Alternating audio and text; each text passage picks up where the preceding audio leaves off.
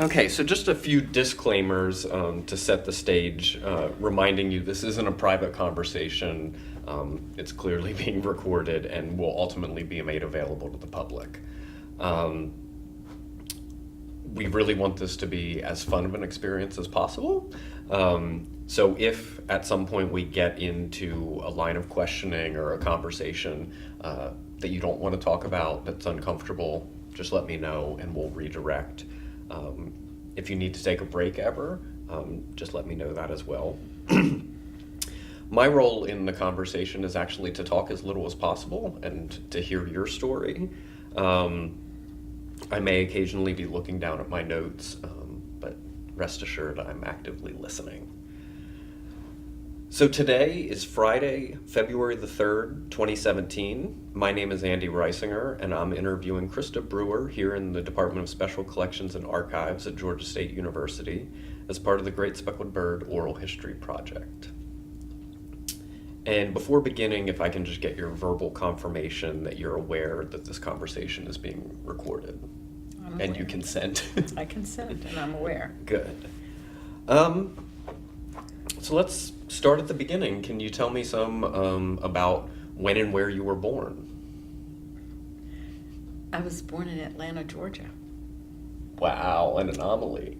I was born at Emory Hospital while they were still delivering babies. And my dad and mother had just moved here for my dad to work at Emory. And I was born 6 months later. And when was this?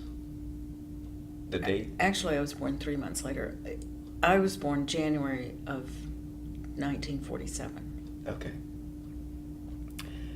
And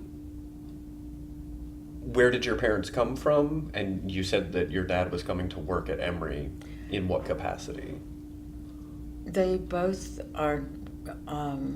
were native of North Carolina. My dad grew up in a very rural county, Anson County, which is around 60 miles southeast of Charlotte.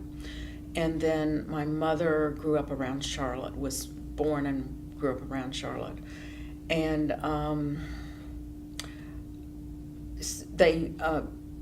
my dad came to Emory as an undergraduate, his last 2 years of Emory, the last 2 years of undergraduate, and then he went to Candler Divinity School. And then he did a couple of things, but he was working, he went to University of North Carolina to get his PhD, and then Emory hired him back, or hired him to come back, and he never left Emory, and so that's why they moved to Atlanta. And what was he teaching at Emory? His field was sociology of religion. He was primarily attached to the School of Theology, Candler School of Theology. But during his long career there, he did a lot for the whole university and taught in the graduate program on sociology, and would some semesters dip down and teach Sociology 101 in the undergraduate program. So he moved around the university a good bit, but he was always attached to the School of Theology. And do both of your father and your mother's, actually, can you identify your parents by name? My dad's name was Earl Brewer, and my mother's name was Ethel, and her maiden name was Kerr Brewer. And did they both have long family histories in North Carolina? Yeah. Right, yes. I don't have much knowledge. I should. It would be nice of me to do that. But my dad's family, my grandmother used to say that our ancestors came over on the Mayflower, and all of her 10 children would laugh and say, "Oh, that was the boat that all the debtors and the criminals came over on." And I don't really think they came over on the Mayflower, but they came pretty early from England. And then my mother's family were Scotch-Irish, and they were part of that kind of Presbyterian, Scottish kind of Appalachian kind of group. But I think they had a pretty, well, my grandfather on my mother's side, who I never knew, was actually born in Ireland and came over as a young man. But he was Scotch-Irish, not Catholic. Mm. So.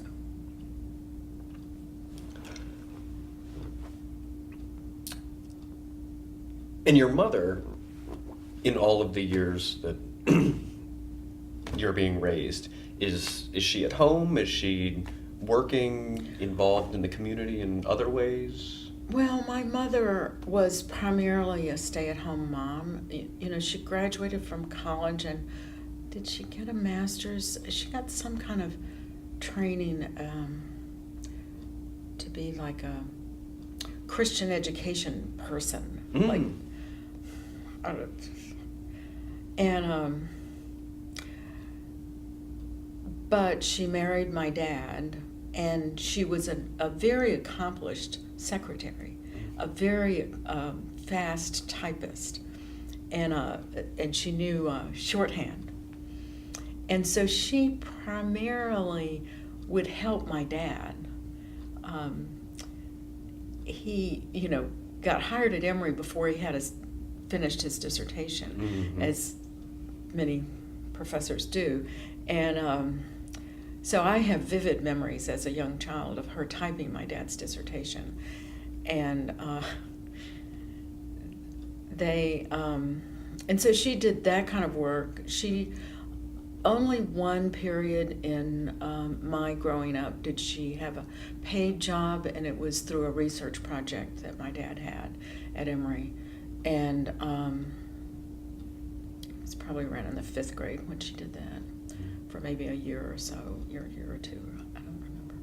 And but so mostly she was a stay-at-home mom, but she was very involved in his research and his correspondence and making his travel arrangements and all that. Why Emory didn't have some kind of staff to do that, I don't know, but probably because so many professors had wives at home that were doing this for them. I don't know. But he had a research center at Candler for religious research during, I don't know, kind of the bulk of his career, I think. And so she was active in that. And but you know, she wasn't very involved in community or our schools or things like that. She was kind of a stay-at-home mom. Do you know how they met? They were very involved in the Methodist Church, both of them, and before they met, and they met at some kind of youth thing, conference or something, and she saved a lot of what she would always refer to, and she would roll her eyes and say, my love letters, and I have a number of them, and although she went through in her later years and put in the trash the ones that she didn't want anybody to see, and but I've read some of them, and they were like, oh, I'm going down to Atlanta to a such and such conference, and I'm hitching a ride over to Greensboro to do this and that. They were like honeycombing around the South. They and friends and colleagues, young adults that were involved in kind of this more progressive religious world of the South. So they met at some conference. Interesting. I don't know why I'm going here. Who did your father study with at UNC? Do you know?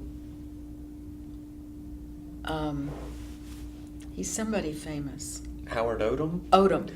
I was just about to say Odom. That's why I was at with the progressive right bent of your parents and your dad being at UNC. Howard Odom was right. so I think significant that's why he at went that there. time. I think that's why he went there.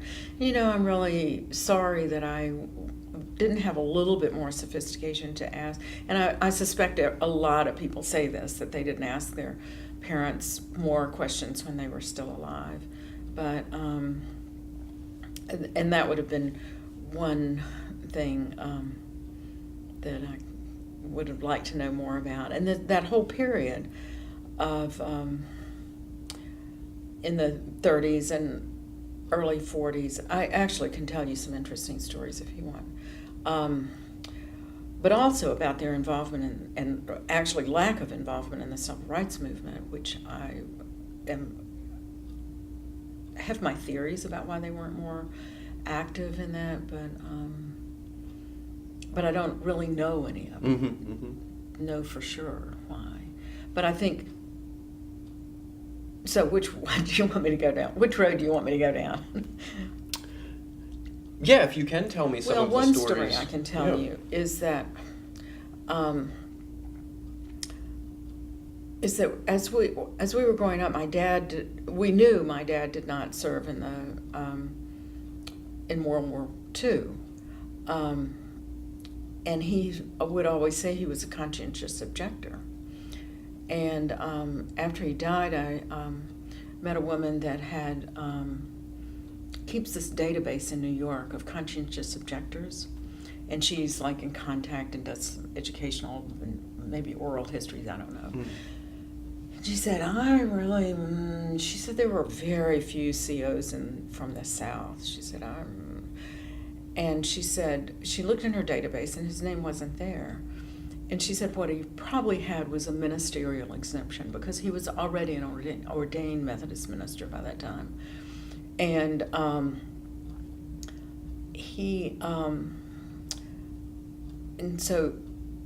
and he had always told us that he supported the war effort and he was opposed to Hitler, but he felt two things. One is that he felt he could serve his country better by staying in the States and helping families whose loved ones were. And also he said that he felt like he could never take another person's life. So we just kind of, went along. But when she told me that he probably had this ministerial exemption, I started thinking, oh, well. But then very recently, I came across a draft card, some kind of draft thing from the military, and it had his signature on it, and it said conscientious objector. So we don't really know. It was a very rural county.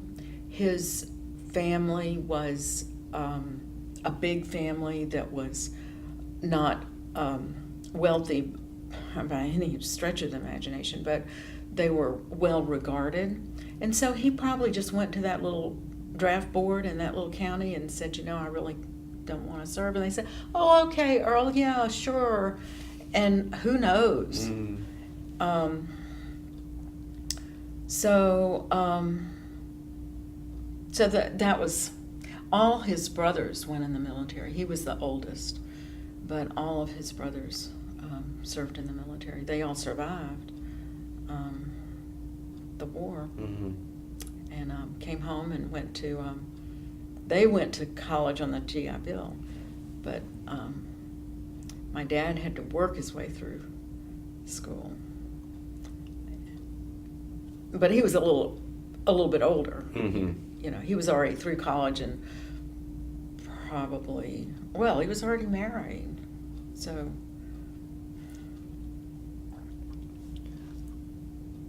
And where was your mother in school at?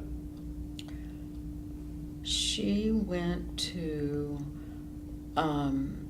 Scarrett, which was a junior college. I don't know if it's still in business. In Nashville. And then, no, I'm sorry. She went to Brevard in North Carolina, which was a junior college at that time. And then she went to Scarrett in Nashville. Okay. And graduated from there. My memory's a little hazy about this.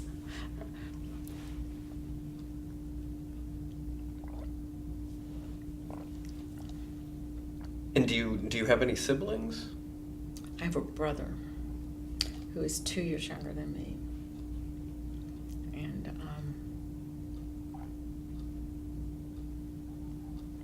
Yeah. he lives in Florida. He's equally as progressive as I am. And what neighborhood did you grow up here in? Well, when I was born, we lived in Emory faculty housing that were really leftover barracks from from World War II. It was pretty inadequate housing. And then we moved into a little house that's right where Druid Hills High School is now. They tore down our house, and well, actually, to be really correct, it's right where some new graduate housing is. But anyway, when I was 7, my parents, who, you know, my dad came from a farming family, and they were sharecroppers, and at times they were sharecroppers, and at times they were tenant farmers, until the 10 children got up out of the house and started sending money back home, and my grandparents then bought a small farm, maybe 30 or 50 acres or something like that, and I remember that farm. So the point is, they had these roots in farming life, especially my dad, not as much my mom, but a little bit my mom. And so I remember one time they came to us, we were like babies really, and they said, would you rather us take this money, we saved up some money, would you rather us put a down payment on a farm where you'd have cows and chickens and pigs, and or would you rather us buy a car? And my brother, this is my memory, my brother and I said, oh, the farm, that'd be fun. I was 7, my brother was 5. And so they bought this farm out on Chamblee Tucker Road, and it was pretty rural back then. This was like 1953. So we moved out there. I forgot why I started this whole thing. And so we lived out there 7 years. And I went to Tucker Elementary and 1 year of Tucker High School. And, you know, then there were, you know, it was rural, and I didn't know to call it working class then, but my best friend across the street, her dad worked at the GM plant. And, you know, there weren't a lot of people with college degrees. There were very few with any advanced degrees. My dad was probably one of the few, really. And so we were sort of odd ducks out there in a lot of ways. My parents said they wanted to sell the house because my dad said he was getting tired of the commute. It was a 20-minute commute, you know. My theory is my brother started asking for a BB gun, and my mother was, both of them, but especially my mother, was very opposed to guns. And I think, and I was starting to get interested in boys, and there was this guy down the street that was showing some interest in me, and you know, he was not acceptable dating material in my mother's eyes, I'm sure. And that's kind of my theory of why they decided to move back into town. And then they bought a lot in Victoria Estates, which is a subdivision that was being developed by a developer, but it was acreage that a Emory faculty member had owned, Boone Bowen. This is really going way back. And so he had written into the deed with the developer stipulation that Emory faculty would get a discount on lots. And so my parents sold our we had 30-something acres, 34, I think. And then another professor, a friend of theirs, had bought some adjoining acreage. So the whole piece was 50-something acres. and we sold it together.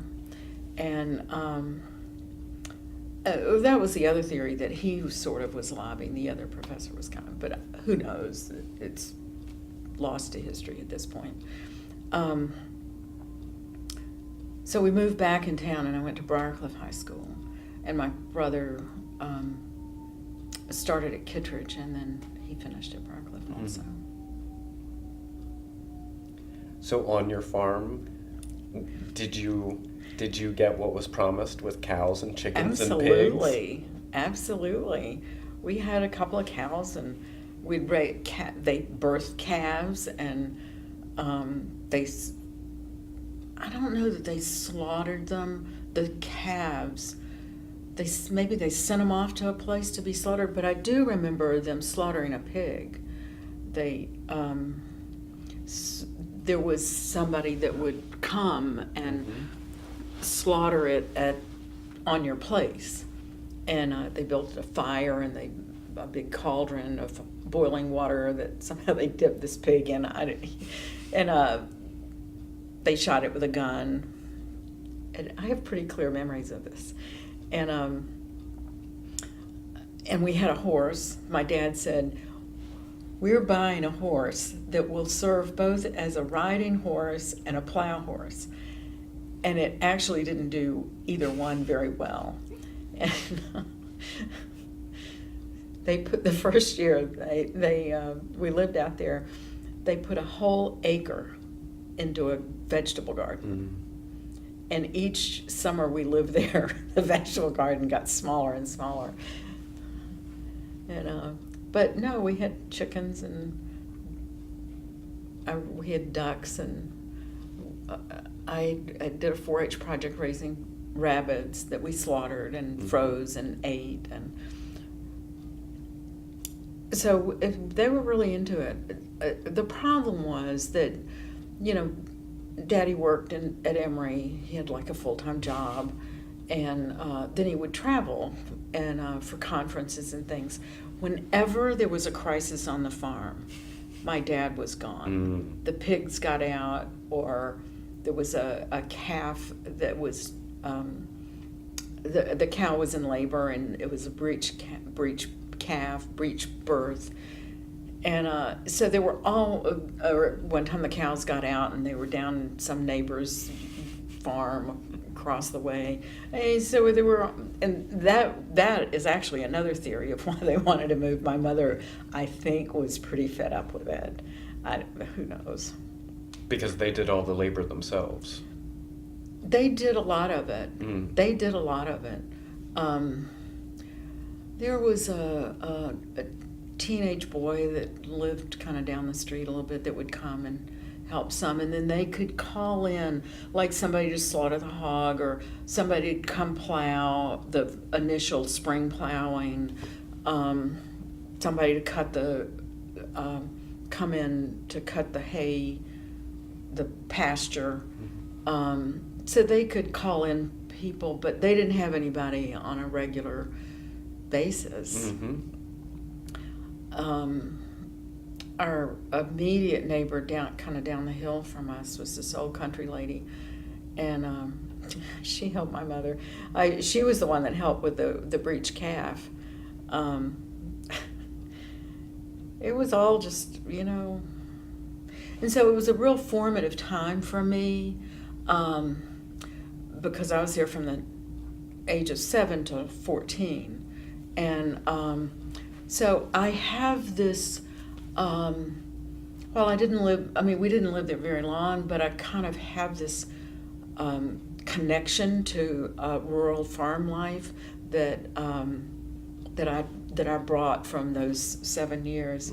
And when President Obama was getting a lot of grief for, he said something about, I understand what it's like from his little few years in Jakarta, I understand what it's like to live in a third world country or a Muslim country, and people were, "Oh, you were just a kid." I said, "No, I understand that completely. You have this kind of vision or a sense or a picture in your head of what rural farm life is like on a small farm, not a big big agro farm, but so it was a very formative time for me. I don't know what my brother would say about it, but so then we moved back in a subdivision and a new house, and I just went about my I guess you'd call sort of upper middle class teenage years. What was your father's area of in the sociology of religion? Was there a specific topic that he was researching throughout these years, or? That's a good question. I don't know. I actually don't know. He would do research about how patterns, like what kinds of people were active in the Methodist Church, what kind of people were not coming to the Methodist Church, where Methodism was growing and where it wasn't growing. There was some research about where to locate new churches. He also, that's a good question. My brother might remember more about it, and I've got a lot of his papers in my attic. But he also did a big research project on prison sentencing patterns, which had nothing to do with Methodism. I don't know how he got into that. So, it's like he also taught at, he did some interesting things during his career. He taught at ITC, the Interdenominational Theological Seminary, which was the African American seminary that's part of the AU complex. He did a 2-year sort of a leave of absence with the World Council on Churches. What he was doing there, I don't know. I don't have any memory of that. He took another sabbatical out in Berkeley. Both of these were kind of in the Berkeley one was in the late 60s, and the World Council of Churches was probably in the early 70s. So that's kind of about the extent of what I remember. He didn't have a real clear focus or a real.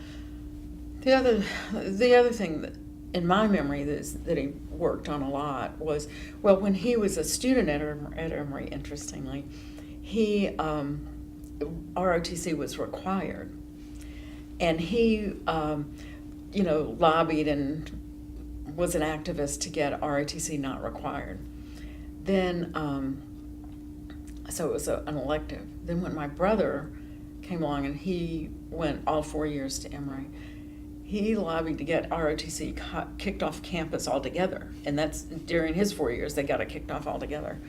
And so my dad and mom, too, were always kind of peace activists. The other thing my dad did at Emory was that he was very proud of was spend a lot of time and effort to lobbying to diversify. Number one, he went there before it was co-ed, before women were allowed to go to Emory, and lobbying to get women admitted, and then get women on the faculty and African Americans on the faculty, and to give honorary degrees to women or minor people of color. So he worked real hard on that, and he felt like. And so going back to why they weren't like marching in the streets, there were two things, I think. This is my theory. And, I don't know how much you really want to know about all this, but two things. One is he said to me one time that he felt like he was doing social change work through his work at Emory. So that's number one. And number two, I can well imagine that my mother was kind of a scaredy cat about all of this. My dad, during the early 50s, one of my aunts worked at the FBI, she was like a secretary or something. She calls him up and says, "There's a file on you, Earl." I mean, there was a file on a lot of people in the 50s. But I can well imagine that would have, and the whole, not John Birch, but what was the guy in Congress, In the McCarthy. Yeah, the McCarthy era, would have totally freaked my mother out. And she would not have been willing for Earl to go out on a picket line. That's only I never heard her or my dad say that, but do you know what was in this FBI file that would be interesting to try to track it down, but yeah. So both of your parents had deep roots in the Methodist Church, and your dad studied it professionally. They were very committed to the Methodist Church and to their faith. So I imagine you were raised in the church. Yes. Can you speak a bit about that and how that shapes? It was very interesting. You know what? When I was in the 7th grade, I went to, they always took us to Sunday school and church, and they sent us to vacation Bible school. And when I was in the 7th grade, I was in the vacation Bible school in Tucker Methodist Church. And they were like a circle, and these other kids were talking about how they had read the Bible, and they were talking about their faith. And I said to myself, it was a seminal moment. Mm-hmm. I said, I really think they believe in a way that I sort of don't. And I told the story to somebody, and they laughed, and they said, those kids probably weren't doing all the praying and Bible reading that they said they were doing. So I don't know, but that was my thought at the time. But I kind of went on, and my parents really did pretty much force us to go to Sunday school and church. And as we were teenagers, well, I should just speak for myself, we got more involved in the Methodist Youth, MYF, Methodist Youth Fellowship. And that was fun. It was a social outlet. And so I was pretty active in MYF. And by that time we had moved in town and moved to, started going to Glen Memorial Methodist. Mm-hmm. But it was really clear that Glen Memorial at that time was not a very, they didn't have a lot of outreach into the community. They didn't have, they weren't working with homeless shelters and soup kitchens and stuff like that. And it was already clear to me as a high school student that I didn't have the only reason I was going to MYF was because it was just kind of fun, cute boys and stuff like that.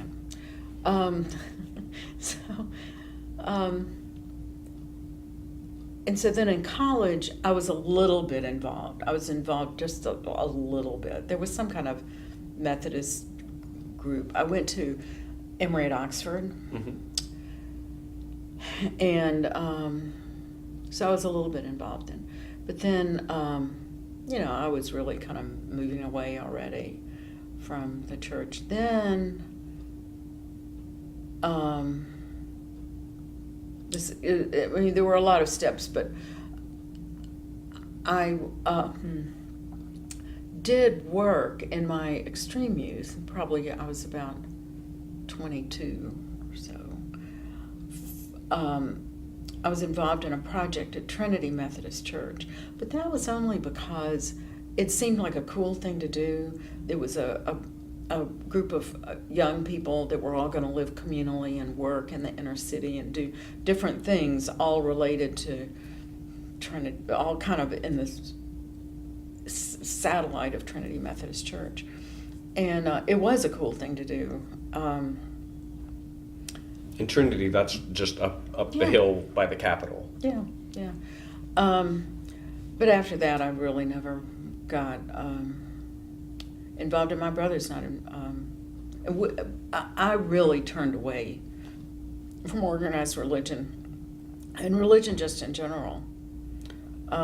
It broke our parents' hearts, I think. But we were already adults, and they didn't say much about it.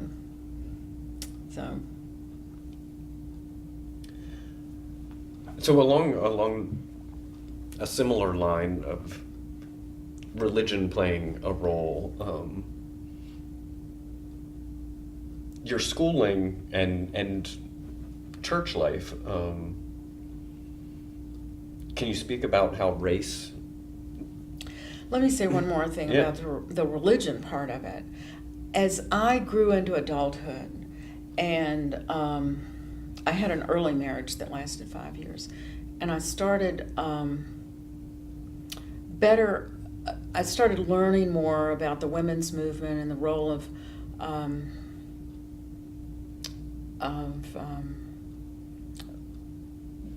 just these rigid Southern roles that women were expected to, and then also about the role of religion in a range of types of oppression. And I said, I just really don't want to be involved in anything that has, part of the crew. I've said this a lot better in other times in my life because I haven't thought about it in a while. But like the Crusades, where in the name of Christianity, thousands of people were just slaughtered. That in terms of segregation, that Christianity was condoning and supporting segregation. I said I have, and then in terms of women's roles, I said I have no interest in this, and so I really just turned my back on not even organized religion, just any kind of religion, period. Mm-hmm. So in terms of race, my parents were very liberal and were very opposed to segregation and were uncomfortable with it. I'll tell one story that my dad would tell this story, is that when he was a student at Emory, an undergraduate, he went to Payne College for a conference, an African American, a historically black college that is still in existence over in Augusta. Mm-hmm. And he took a girlfriend that he was dating at the time, of course, a white woman. And they went over there and they sat down for lunch. And this young woman, and they were getting ready to eat and everything, this woman gets up, goes to the bathroom and throws up and says, "I cannot eat with these people." My dad said, I'll tear up a little bit. He said, "She was not the girl for me." So, and so they, did, I don't know that they were on the front lines joining the NAACP or something like that, but they were certainly very avid supporters of better, of moving towards integration. Mm-hmm. They weren't out on the picket line, but they weren't. But they were certainly, supporters in the background, I guess you would say. Mm-hmm.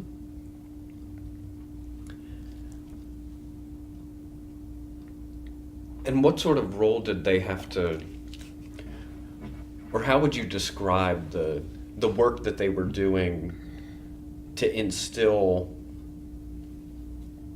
what would be called a liberal attitude towards race in you and your brother at this time? Because I imagine you're going to schools that are all white schools, your church is all white, the society is telling you that segregation is is normal and justified. Yeah, I don't have a real clear picture of what they did, except that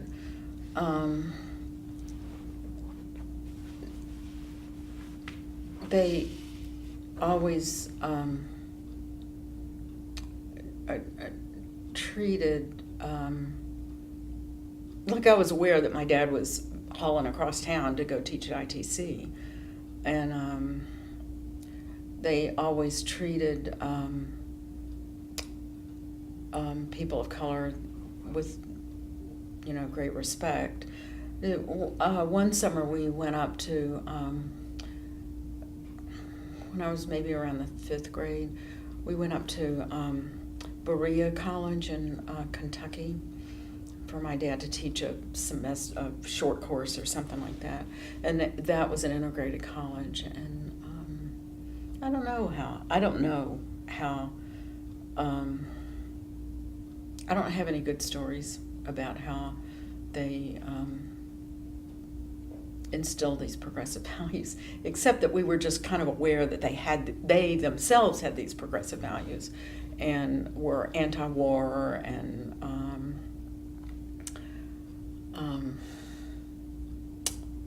so. What sort of interactions with African American people did you have growing up?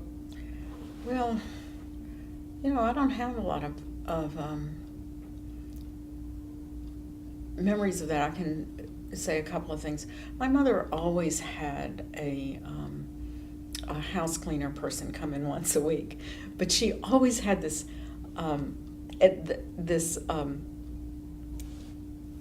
she was always a little awkward about it. It was clear, and she would say, well, I always work with her. And so my mother would just be scurrying around, doing things. Yes, well, we kind of work together. Mm-hmm. And she also treated whoever we had with real, a lot of respect. Mm-hmm. And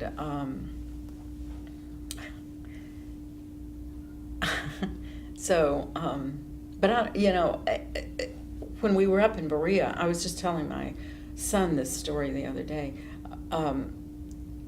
There was a swimming pool, an indoor swimming pool in this college. And so we went in swimming. And there was this African-American guy in the swimming pool, very dark, blue-black, like you almost don't see in this country anymore. And I was just a kid, and I thought his blue blackness was going to come off in the swimming pool. Mm-hmm. I remember thinking that, but I didn't think anything else of it. Mm-hmm. I just thought, oh, is that going to come off in the water? Mm-hmm. It's like, that's stupid. And I finished while the schools were still integrated, another little story is that I went to Briarcliff High School, this brand new school. It had just been built when I started there in the 9th grade. And across the street was a little, was a pine forest with a dirt road going in and a little colony of African-American families. There was a little church and I don't know how many little houses. And you really couldn't even see it from the road. But this guy I was dating, one time we drove back in there and we thought we were so cool. And so I have this image in my mind of this little neighborhood settlement back in there. And we had these pockets of African Americans all around, probably all around the metro area. Mm-hmm. So those kids, those kids would walk out that little dirt road, cross the street, and stand right in front of my brand new high school to wait for the bus to take them across the county to Scottsdale.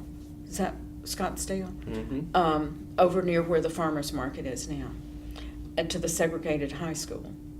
And I was really struck by it then, that those kids just couldn't come to our high school. But its integration started a couple of years after I graduated. I think my brother was still there. I'm not sure.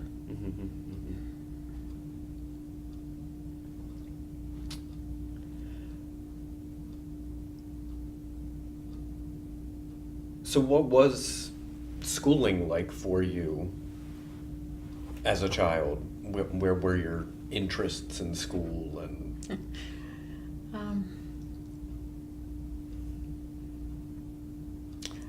I was interest in school. I was an avid reader.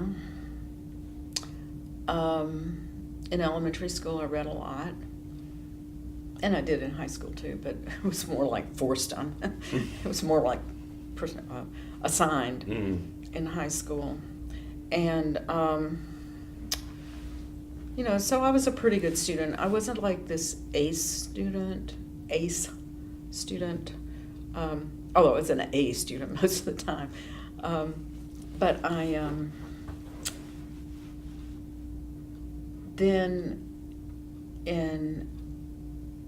we moved back into ninth grade, and that was this big shiny new school, and I just plodded along. I was just this typical teenager. I wasn't unpopular, but I wasn't, one of the really hugely popular kids.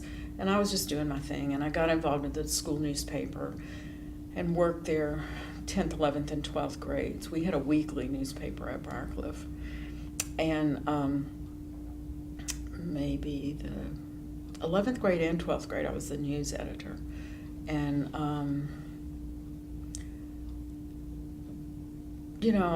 I was kind of involved. I was involved with Future Teachers of America, and thinking that I was going to be that I wanted to be a school teacher because, and I said this, it would be such a nice career to combine with marriage and a family. And because I was just a nice little Southern girl, and so the FTA was a big club on campus and in the school, and so I did things like that. And I was on the drill team. We were in DeKalb County. I don't even know if they still do, but we had this sort of precision marching units that didn't. In DeKalb County, they were very precision. It wasn't this dancing kind that, like you see now. And ours was big. We had 50 or 60 girls on it. It was a lot of fun though, and but I was terrible at it. It was astonishing that you had to try out for it. But if the coach said, I'm somewhat dyslexic, and if the coach said turn left, I would turn right, and he would come over and scream at me. My brother, only recently, said, "Yeah, Mom and Dad and I would sit up in the stands, and the whole team would go this way, and there was Krista going that way." And I thought, "Oh my God, I didn't know it was that obvious." So anyway, I wasn't one of the, I took some advanced classes, but then I had to drop down and take these general level classes for math and so I did all right, but I wasn't the star of the show, which was mostly I just didn't really work hard enough. But and you mentioned that you were an avid reader. What were some of your favorite things to read? When I was in really in high school, I probably didn't do a lot of reading that wasn't assigned. I don't remember anything about summers or reading in the summer. Although, I probably did. I really had already started my passion for murder mysteries in high. That is true. And so I probably did read a lot of those over the summer. I went through all the Nancy Drews and then graduated to the Agatha Christie's, and Nancy Drews were more in late high school. But the other thing I remember reading in elementary was a lot of biographies, a Why I latched onto that, I don't know. But there were a whole long series of these biographies. They were chapter books. They weren't like picture books. Mm-hmm. Like for later high school, maybe starting in like 5th grade or something, of all these biographies. They were like a long shelf, and sometimes I would check one out in the afternoon, and I would read it all day, at night, and I would bring it back the next day. Mm-hmm. And how I latched onto that whole series, I don't know. But and then the Nancy Drews, I read all those. And did you have any hobbies that were particularly... In elementary school, I wouldn't say I had real hobbies. I did learn to sew. How did I do that? I guess mostly my mother taught me. You and mentioned 4-H. Yeah, and I don't know that they had meetings or anything, but I did like a 4-H project. And that's right, I did in late elementary, I did like a sewing project for 4-H, and made like a skirt, and I got some little prize for it. And I was in the elementary school band. I played the clarinet. What a joke. And but then and I continued. I remember I sewed a lot even before I moved closer into town and started going to Briarcliff. Like I made dresses and Mm-hmm. skirts and stuff. But I guess that'd be like the only kind of hobby I had. Except, we did a lot on the farm. I mean, we weeded, and then my brother and I played a lot down in the pine forest, and rode this terrible horse, and so things like that. Played with kids across the street and stuff like that. Mm-hmm. But then in high school, I was really busy with these different school things and keeping up with my lackluster way with schoolwork. Mm-hmm. and the newspaper and all that. So, that was just sort of, to me, it was kind of a typical high school career. And I started dating this guy when I was just starting my sophomore year, so that took up some time. And Mhm. so, You had mentioned earlier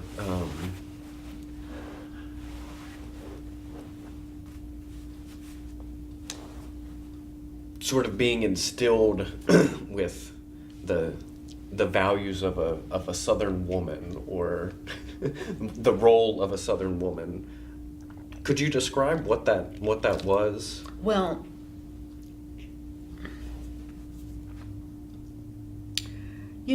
I felt like there was a certain prescribed path for me growing up, that I wasn't supposed to, that I could step out of line a little bit, but I wasn't supposed to step too far out of line. And that was fine. And I kind of accepted that. But also I accepted the fact that I wanted to step out of line a little bit. That was clear to me. But that I didn't really question. I knew I was going to go to college. I knew I was going to get married. And I guess I thought I was going to have children. That wasn't quite as well formulated in my head. But, and so going back to the idea of teaching, I thought, that would be a good career choice for me. And most women then, nursing, secretaries, or teaching. And I knew I didn't want to be a secretary. I refused to learn how to type because I said if I knew how to type, that's what I would fall back on. And at some points in my life, I kind of wished that I had that skill. I thought, maybe that would have been a good idea to, because I would have looked for a job as a secretary or some kind of, clerical job. So in many ways, it was good I didn't have it.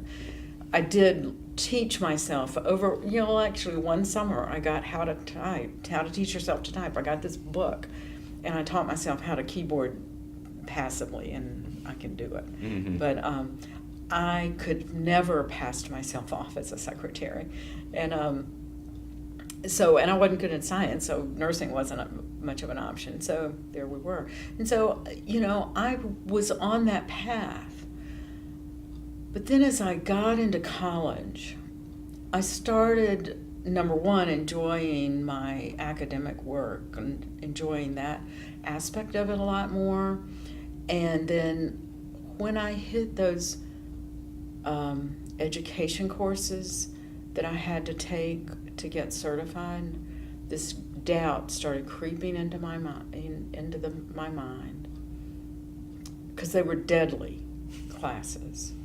Hopefully they're better now.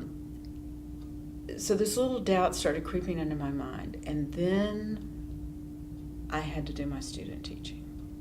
And I said, oh my God, this is not for me.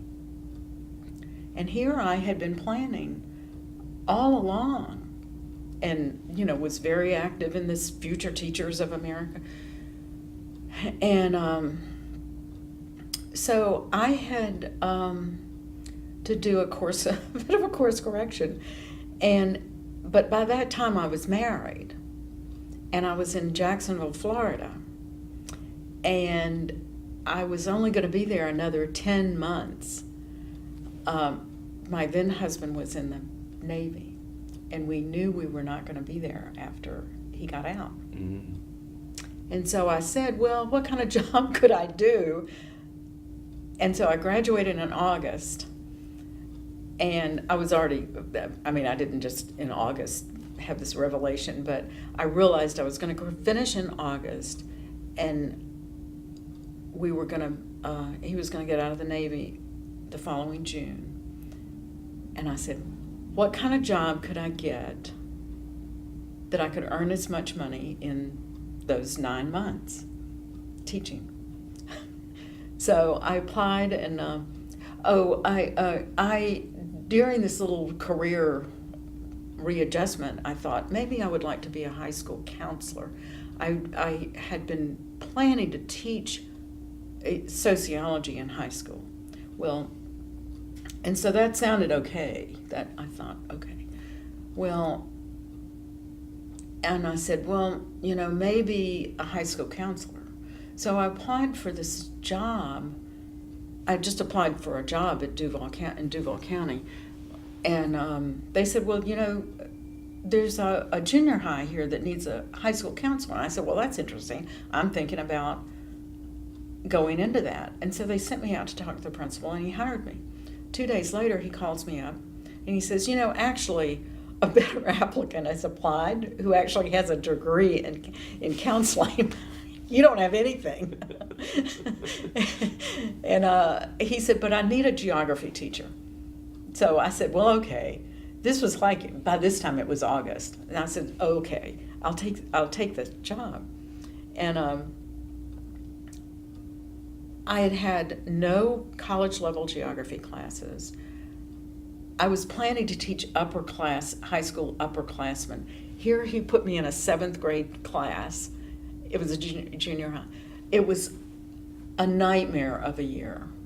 But, I had already kind of figured out that teaching wasn't for me. But I came home in tears many days. It was awful. And so that was and so I forgot kind of where I was going with all this, but in terms of a career. So I began to realize that I needed to really get some kind of, and so I started plotting to get a master's. And so we moved back up here, but I was already plotting. And I looked at the counseling masters here at Georgia State. And then I looked at how I got off on this tangent of they were just starting what has now become the School of Andrew Young, the School of Public Policy. Mm-hmm. It was called Urban Life, School of Urban Life. Mm-hmm. And because of I had majored in sociology. And because of my major in sociology, I started really thinking more about that. And I started thinking about city planning. And so I started that degree program. It was a brand new degree program. And I really liked it. I liked the academic work. It was a very flexible program. You took, I think, 5 core classes: urban economics, urban sociology. I'm making it up now. I don't really remember. And then I took, and I also looked at the city planning department at the city planning school it's in the School of Architecture at Georgia Tech. Mm-hmm. And at that time, it was, how did I get off on this little tangent? It's so interesting. But at that time, it was their master in city planning was very oriented towards physical planning, roads, bridges, buildings, and that really wasn't what I was interested in. And so I started this one and took classes. I took 2 or 3 classes at Georgia Tech that I was able to transfer them back in for my kind of elective Mm-hmm. here. So I really loved the program, and was really glad I did it. So it was kind of a journey of getting more interested in academic work and realizing that the classroom was not for me. I think I would have been pretty happy as a high school guidance counselor, but I think that the academic work was much more interesting in this, so I went down that path. So, I can keep going on about my path if you're... I do want to hear about that, but let's go back and fill in a gap. So you went to Emory at Oxford. So I went to Emory at Oxford, and by this time I was... And you're beginning there in 1965? I started the summer of... I graduated in May or June in 65, and I went there in summer because by that time I was in love and wanted to get married. And with a high school boyfriend? With a high school boyfriend. And and he graduated at the same time I did and went in the Navy, enlisted in the Navy.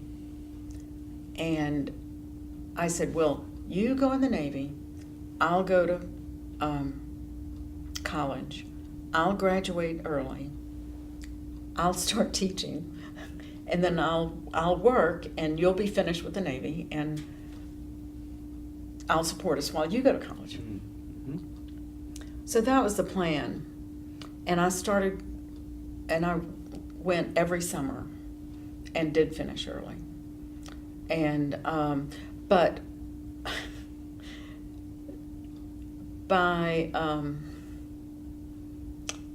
so Emory was on the quarter system, so it was 3 quarters. And so at the end of 6 quarters, I transferred to Emory.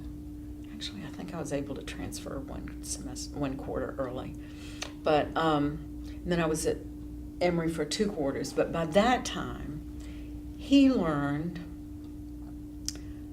that he had been transferred to Jacksonville University, or to Jacksonville, Florida, and that he was going to be there till his time was up in the Navy, and he knew he wasn't going to re-enlist. And he thought he was going to get sent to Vietnam. Mm-hmm. But no, he got this assignment in Jacksonville, Florida, and that he was going to stay there. So I started plotting to transfer. This was not one of my smarter moves, but I transferred. I started plotting that I could transfer down there, that I could graduate on time, that we could get married earlier than we had planned, and that I could transfer down there and still graduate right on time. And and that's what I did. We got married in June of '67. When I had just finished my third quarter, I was a third quarter junior at Emory. Why I couldn't have waited another year, but young love. The thing is that I was kind of limping along academically, grade-wise. I wasn't doing badly, but I wasn't doing great. And when I go down to JU, A. And it allowed me to sail right into graduate school. I probably could have gotten in Georgia State anyway, but it just allowed me to sail right in. Mm-hmm. And it also really built up my, Emory was a hard school, and I was, in love and not paying enough attention. And so transferring to JU, actually, I've never really thought about this, but it really built up my academic confidence again. And so I loved Georgia State and loved the academic work. And I would have loved it at Emory too if I'd paid enough attention to it. How was Emory at Oxford? Because is that in Conyers or Covington or? Well, it's a little tiny town called Oxford. Right. It's right next to Covington. Yeah. Well, it's a very, I loved it, and I still think. I mean, I don't know it very well now, but we went down there, and you get small classes, full professors. I really thought it was a great.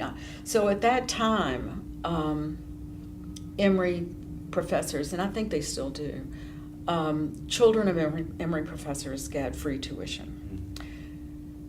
And so my dad said, well, Krista, you can go to a Georgia State school or you can go to Emory. And I said, I'm going to Emory at Oxford. And so it allowed me to get away from home, live in a dorm, even though I suspect I could have lived in a dorm at Emory, but I didn't put that all together. I thought, I'd still have to live at home? What are you talking about?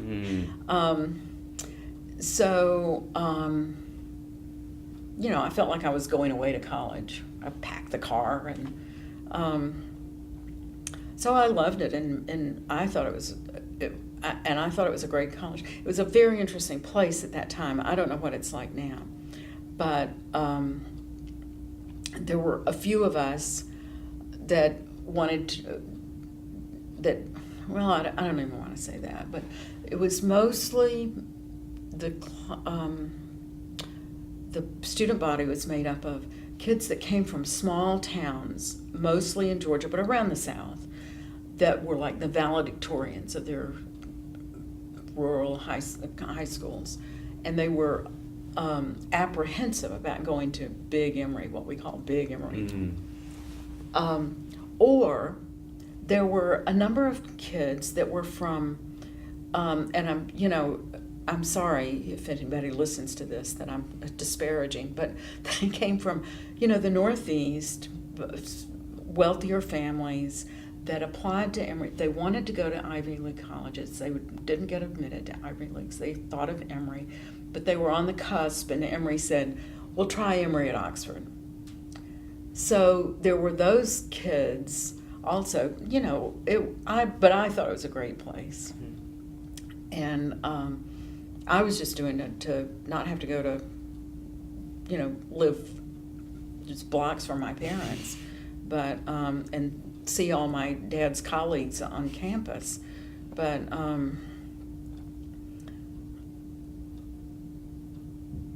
So it was It was an interesting place at the time. Mhm. I don't know what it's like now.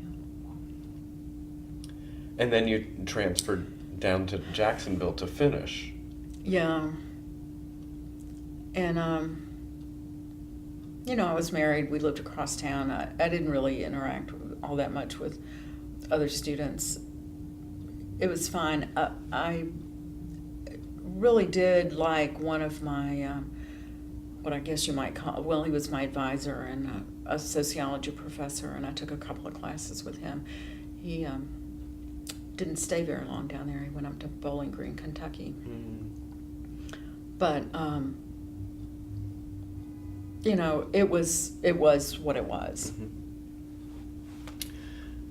And when you moved to Atlanta, did you enroll at Georgia State sort of immediately? Well, not right away. Not right away, actually. We moved up here to be involved in this collective that was working with Trinity Methodist Church.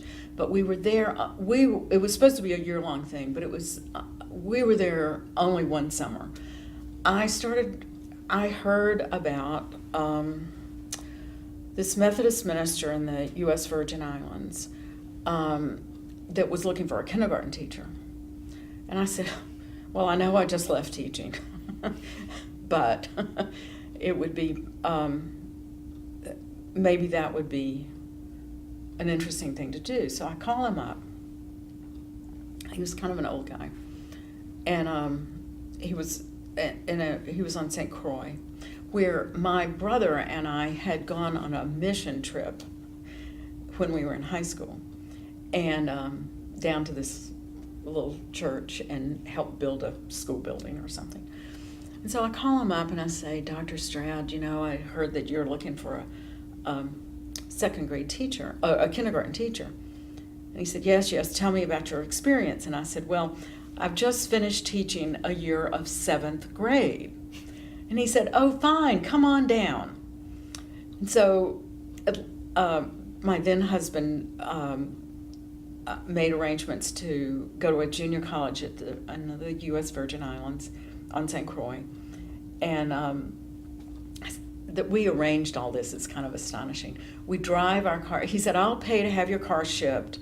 Drive down to Miami and we'll make all the arrangements. So we drive down to Miami and the car ships over there. So we get all arranged and we meet Dr. Stroud and his wife. And he says, okay, so tell me about your teaching 2nd grade. And I said, oh, it actually was 7th grade. And somehow, and I knew nothing about kindergartners. I'd never been around little kids. My aunt had been a kindergarten teacher, and I borrowed some books from her and read them on the plane on the way down there. So it was a big adventure, and it was, thrilling to be able to do it. I was a terrible kindergarten teacher, but it was, in many ways, it was a lot better than 7th grade. Mm. And so then we moved back up here, and that's when I enrolled in Georgia State. How long were you down there? We were there almost a year. Okay. Yeah.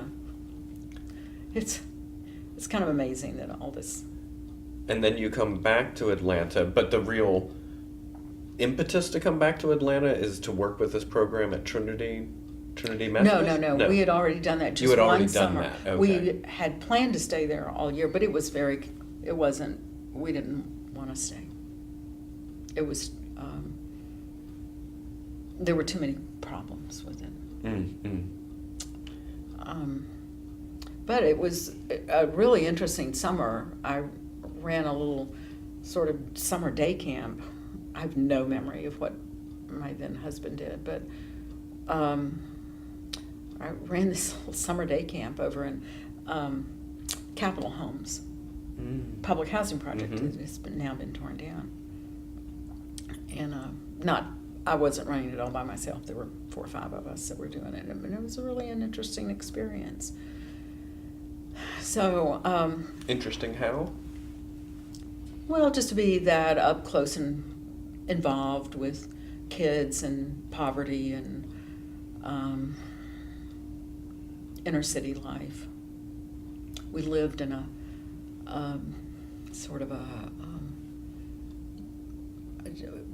kind of a duplexy thing over on the old ITC campus where Gammon Theological Seminary was, and there were old buildings, and it was all abandoned, except there we were in this building that had a couple of bedrooms on one side and then a living room and then a couple of bedrooms. I don't know what it was originally built for, but it was so we all kind of lived communally in that. There were like 12 of us or something. So we were just there a summer, but then we fled to the Virgin Islands and then came back. And I don't know if I immediately enrolled at Georgia. I don't remember. But pretty soon I must have enrolled at Georgia State pretty quickly. How would you describe how and when, or the course of your sort of a coming of age into politics or social awareness? It sounds that at least by the time that you're going to the Virgin Islands or the Trinity Project, that there's something there. Well, I think the core was the seed, the germ was always there. But really, what affected me a lot was my kind of coming into awareness of my role as a woman. And because I followed this little path and thought I was supposed to get married, and then just through my academic work, I guess, and absorbing the news and the women's movement, and I wasn't involved in it at all, but just kind of seeping into my consciousness, I kind of realized that I didn't want to be attached to, and I didn't want to be in a marriage anymore. I wanted to be that I wanted to be an independent woman as an adult, and so I started kind of figuring out ways to end that marriage, and so really I would say it was the first inkling was through the women's movement. As I said, not that I was involved in it, but I was kind of it was seeping into my consciousness. Mm-hmm. And so then, and also I had finished this degree here, minus my not dissertation but thesis, and I was not really. I hadn't started looking for a job, but somebody approached me, and I started working at a city planning consulting firm here, and just realized that wasn't what I wanted to do. The city planning at that time in Atlanta, in the consulting realm, was this firm had the bulk of their business was in doing away with poverty neighborhoods, urban renewal, mm-hmm. and getting a lot of federal money to do that. And I said, this isn't quite.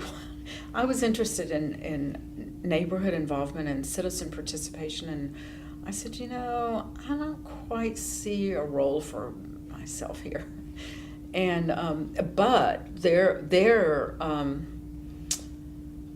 that whole urban renewal money was in the process of drying up, and I probably would have been laid off. I was there a year, or maybe a little more, and they were starting to talk about layoffs, and here I was, this new kid, and I probably would have been laid off, but I was, just really moving into this more political awareness. And so I said, I'm out of here. If you need a volunteer, I'm out of here. And by that time I had a new boyfriend. I'd left that marriage. I had a new boyfriend, and he and I bought a Volkswagen bus, and we started traveling around. I mean, we were sort of like hippies in a way, not hippies in the dropout and drug aspect of it, but it was hippies in the fact that we had this Volkswagen bus. And we started going around the country, and we didn't have much money, and we made we would stop in different places and work day labor, manpower, like temporary. Mm-hmm. I don't think they have these, I don't know if they have these structures anymore, but that was a very eye-opening experience for me, that whole trip around the country. And I'm kind of exaggerating, it wasn't all around the country, but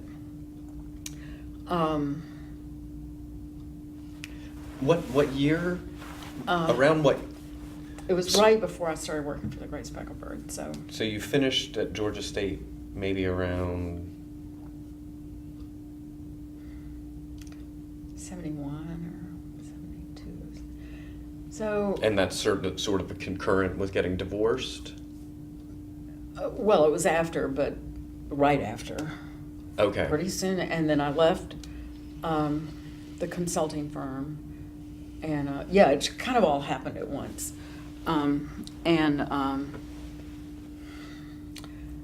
So we, and I started reading underground papers, alternative papers, as we were traveling around, and we ended up in Berkeley, and it was a real hippie and drug scene, and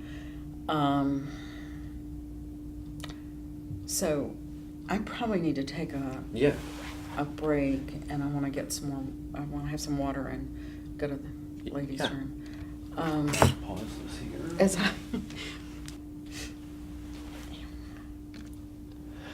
Okay, so we're coming back from a break, and as we came back, we started talking about who I've talked to already in these interviews, and Neil Herring's name came up, and Krista that rang some things. I said, well, I've got a story to tell you.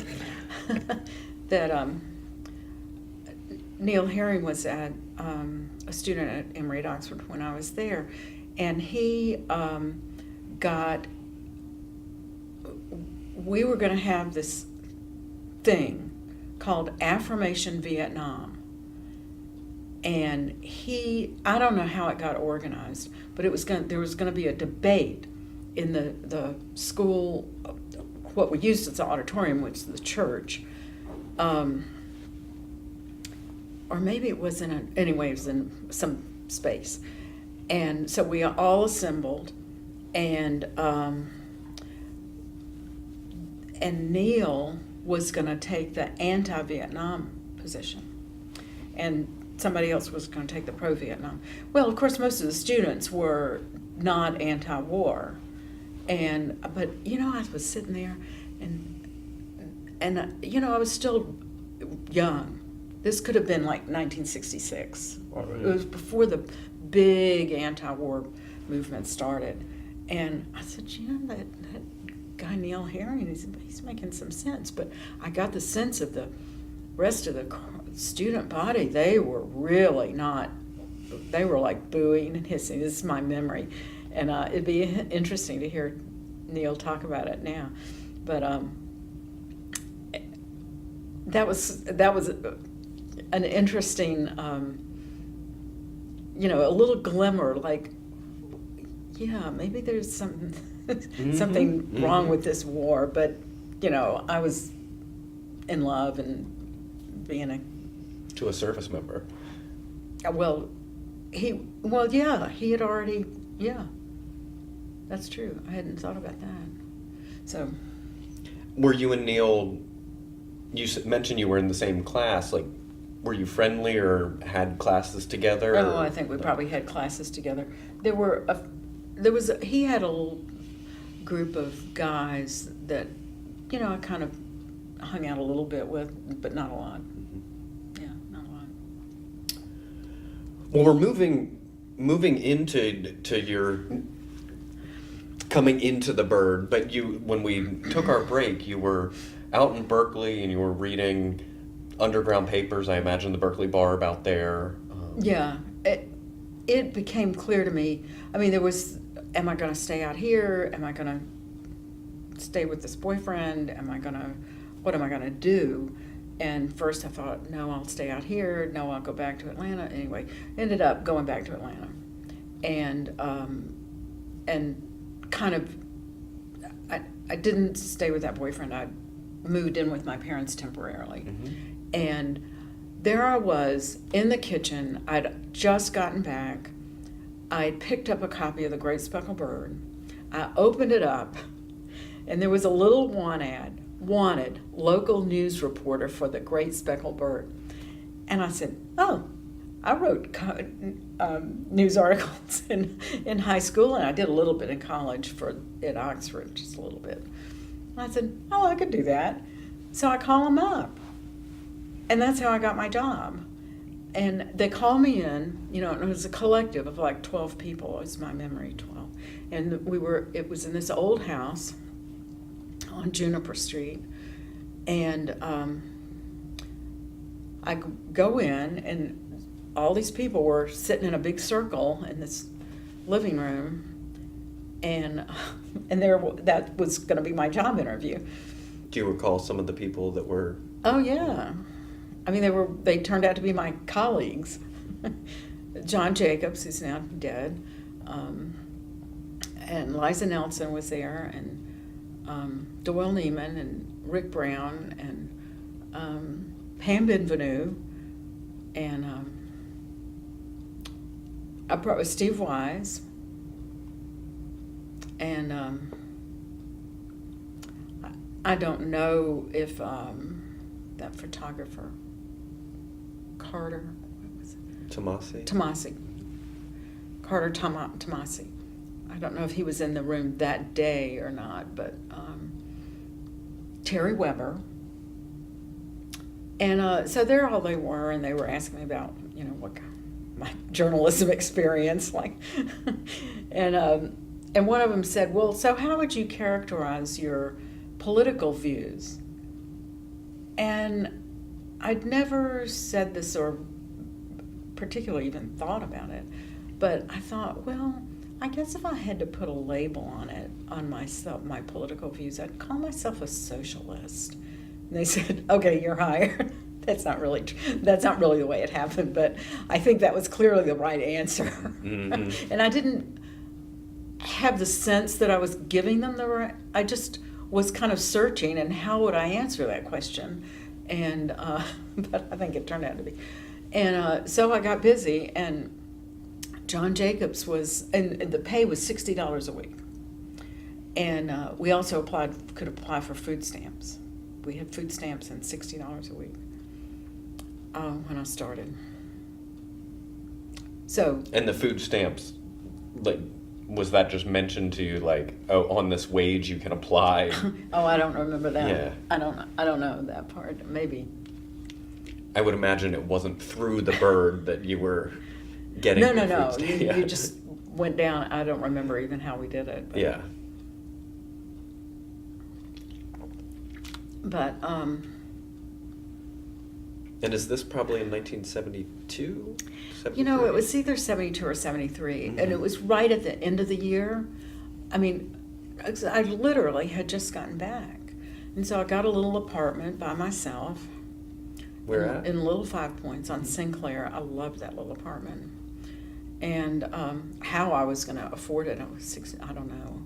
Well, the way I did that is I started working part-time as a waitress at Jagger's Pizza, because Bill Jagger used to be a professor. He was probably adjunct or something at Georgia State, and I knew him from my master's program, and he quit, or I don't know what, and was opened this pizza place in Little Five Points. I mean, in Emory Village.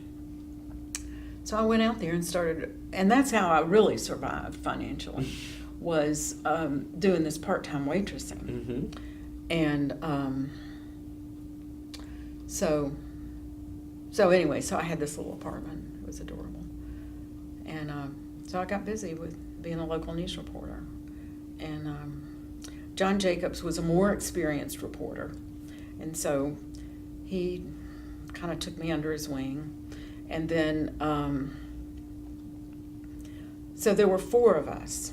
There was me and John for the Great Speckled Bird. And I'm trying to remember where Mike Raffoff was. Was he at the Bird at that time? Or was he with... I think he was still with the Bird. Well, anyway, my memory is that it was me and John, and then Boyd Lewis had gone over, and he was around the Bird, and he did some writing for the Bird, or had done some writing for the Bird, but he'd gone over to work for the Atlanta Inquirer. No, the Atlanta Voice. And then there was Bill Cutler. And Bill Cutler had worked for the Bird, but he'd gone over to work for the Inquirer. I might have those two switched. And so the 4 of us were, I felt, I don't know what they thought, but we would, like, you know, we're fellow travelers, and we would go to city council and we'd swap leads, and we'd, you know, kind of help each other out.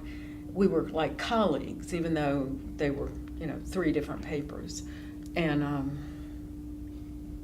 you know, the Inquirer and the Voice were primarily African-American papers, even though Boyd and Bill Cutler were white. I mean, they were owned by African-Americans, and the papers were. And I just had this fabulous time. It was, you know, number one, being around the Bird and around these very political people was a transformative time for me. But then also getting so deeply enmeshed in local politics and reporting on it. You know, I'd go to press conferences, I'd have my little notebook, and, you know, it was a pretty cool time. Mm-hmm.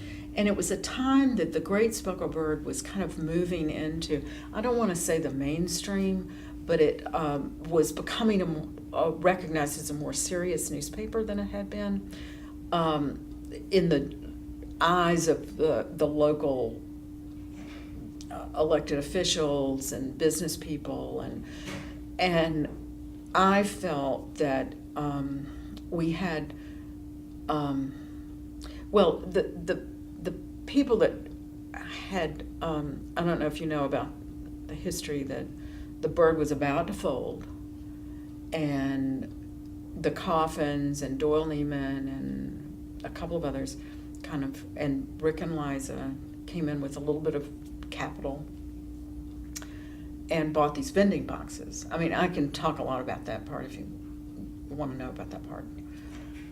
I would like to know about that.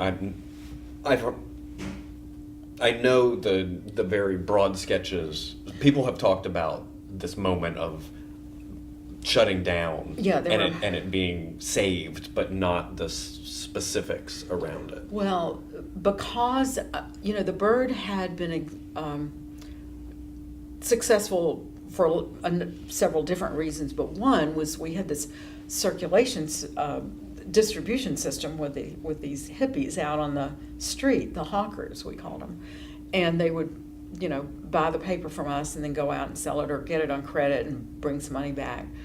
It was our distribution system, and as they either went off to get serious jobs or their brains became fried with drugs, you know, who knows, but they just drifted, or they were driven away by the city, you know, fathers of the city, that because they didn't want all these hippies hanging around.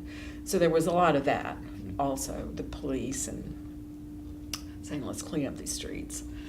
And anyway, so they kind of started drifting off, and so our circulation was dropping because our distribution system was dropping. And this was before my time. But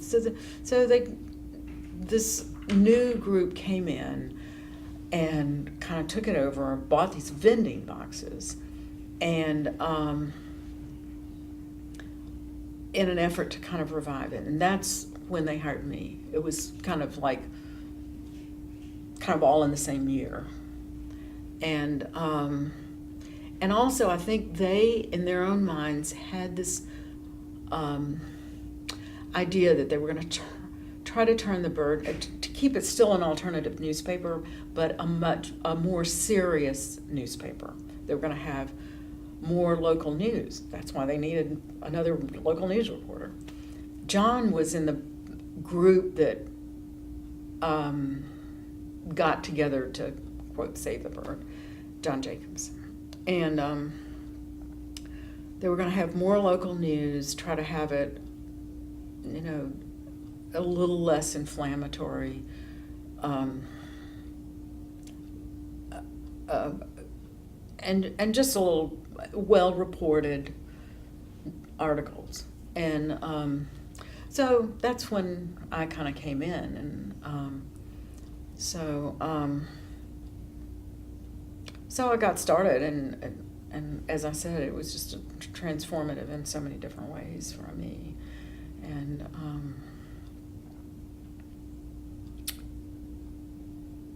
we worked really hard and had no money and had a lot of fun too. And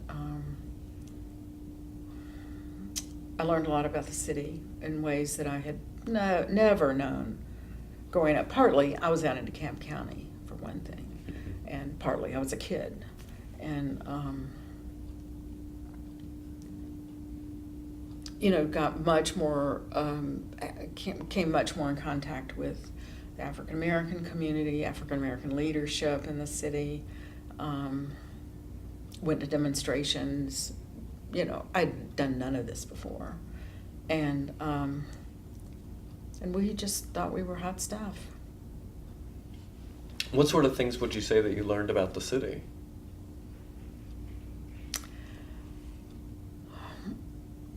Well, I had been down here going to Georgia State, and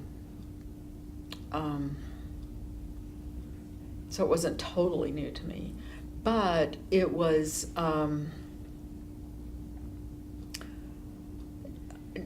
learning a lot more about the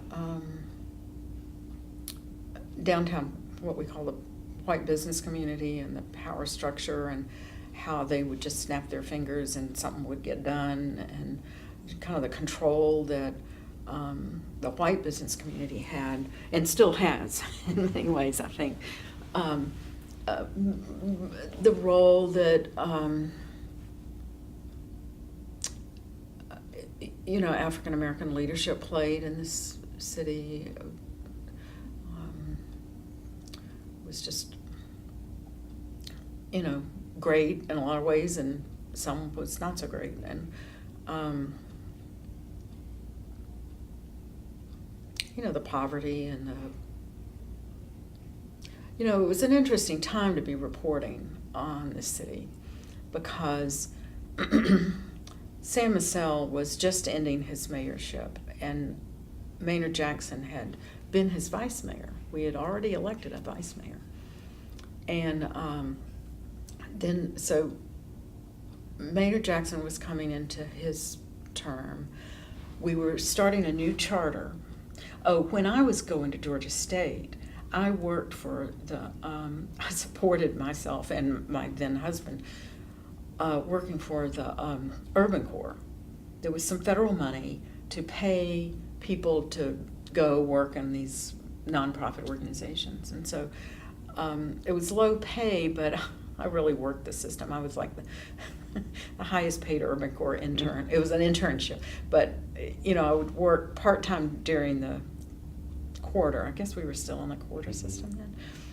And then during semester break or quarter break, I'd work full-time. I would go full tilt.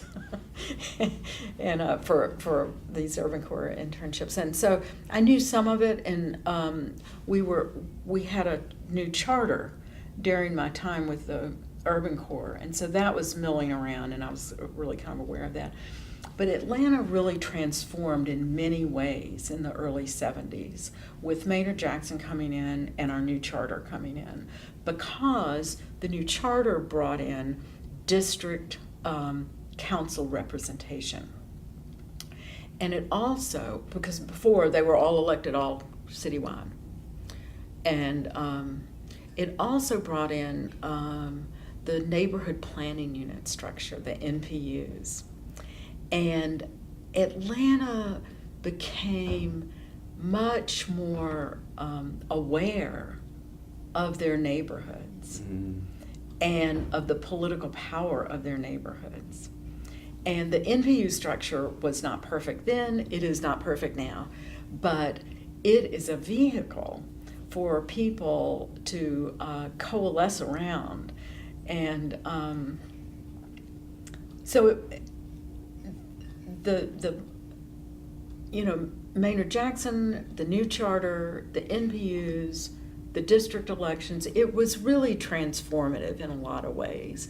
And then on top of that, the civil rights movement really kind of gelled. I mean, we had the Civil Rights Act of whatever it was in 64 and then the Fair Housing Act. But it took us a little while here, to kind of get our act together. And so the rise of the black leadership in this city was really coming into its own, partly through Maynard, but in a number of other ways. And so the city is the same in some ways, but quite different now, but also quite different, say, even in 75 than it was in 65. It was a transformative time. And here we were, running around, writing news stories about it. So I've kind of lost track of your question, but it was a very interesting time. Had you been aware of and reading The Bird prior to coming back from your road trip and picking that copy up that said "Help Wanted"? If I picked it up when I was down here being an Urban Corps intern, I don't remember it. Mm-hmm.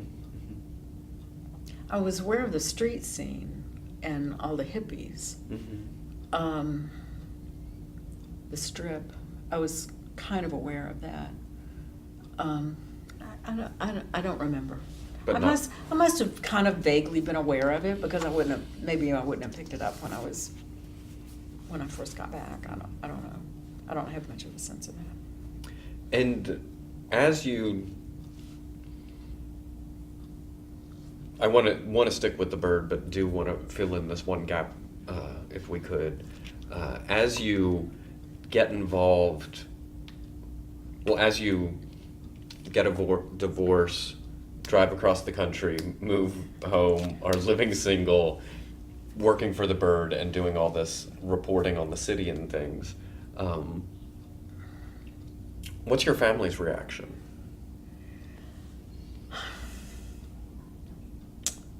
Well, they were sad about the divorce.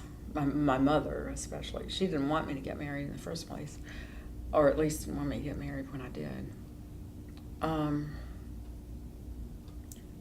But my family's reaction, I think they thought The Bird was kind of cool.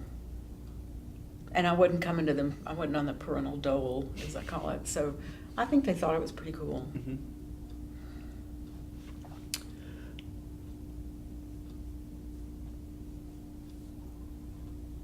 And so you joined the Bird as a staff writer doing the local beat. Yeah.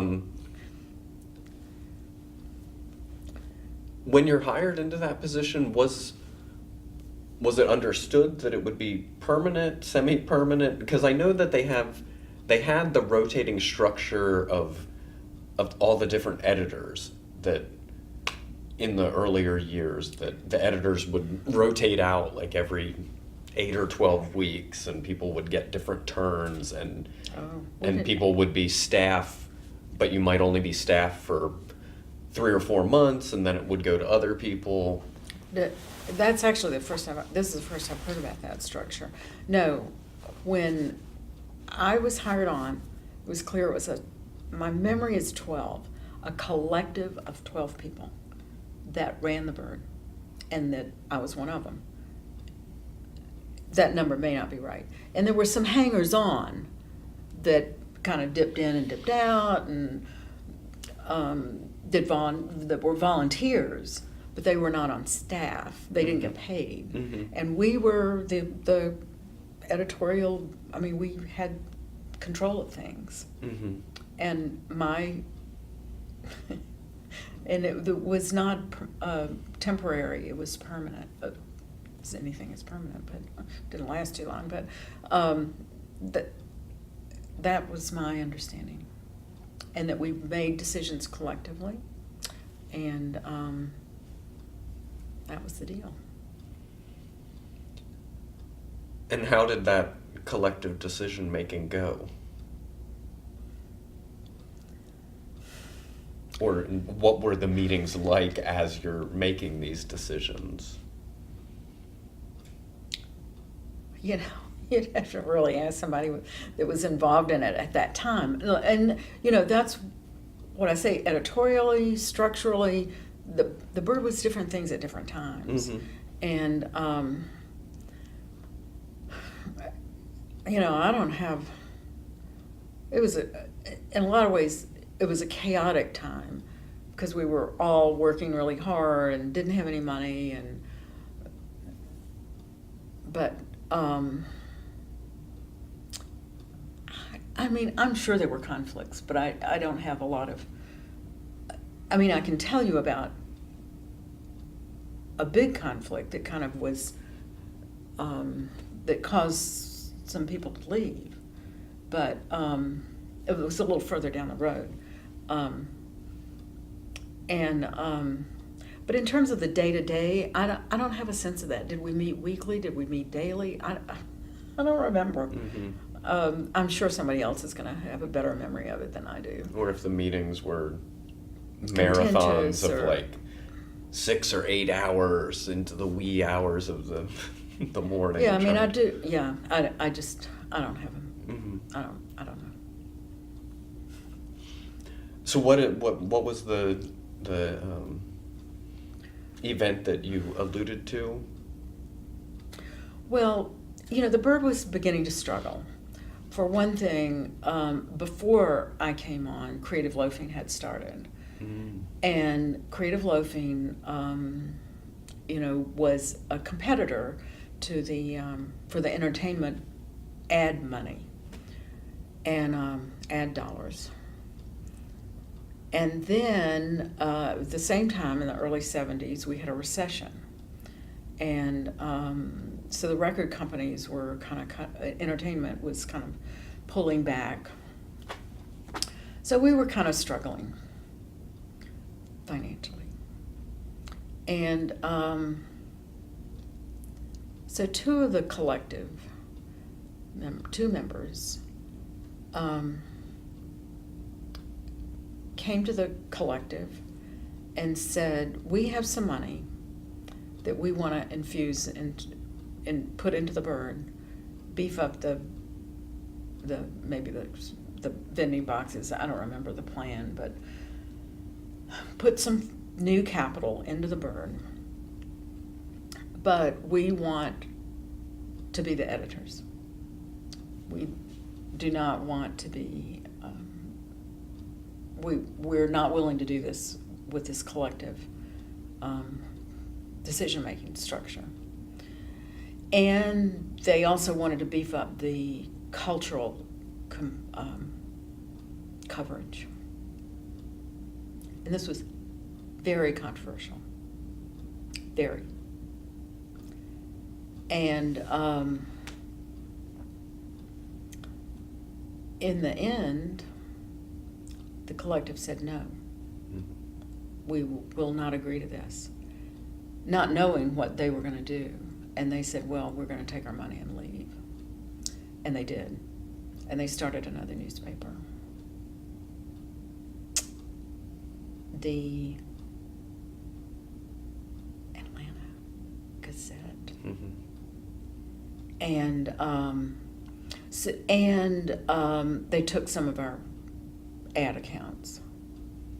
And just because they knew them, they knew the ad accounts. And so they called them up and they said, we're starting this paper that's more, I'm only assuming they did this, that's going to have more cultural content than the Great Speckled Bird. And they said, oh, good, okay, here's an ad. That paper didn't last, but it did not help the Great Speckled Bird. So that was kind of I felt like it was the right decision, and that's how I voted. But it was unfortunate that the way it all happened, and that it was another nail in the coffin. There were not many, but there were some nails in the coffin that were leading to the bird's demise, but that was one of them. Mm-hmm. And the recession, creative loafing, the demise of the strip and the hippie culture. But I think many of those, if we'd had only one or two of those, the bird might have survived for a good while. But all piled on, it was not so workable. But that was the big controversy that I remember. Yeah. Do you remember, was it a close vote? I don't remember that. Yeah. I don't think it was close. Mm-hmm. I don't think it was close. Probably the two that left were the only two that were. I don't really remember that, but that's what I think. And I was glad that we didn't bow to that.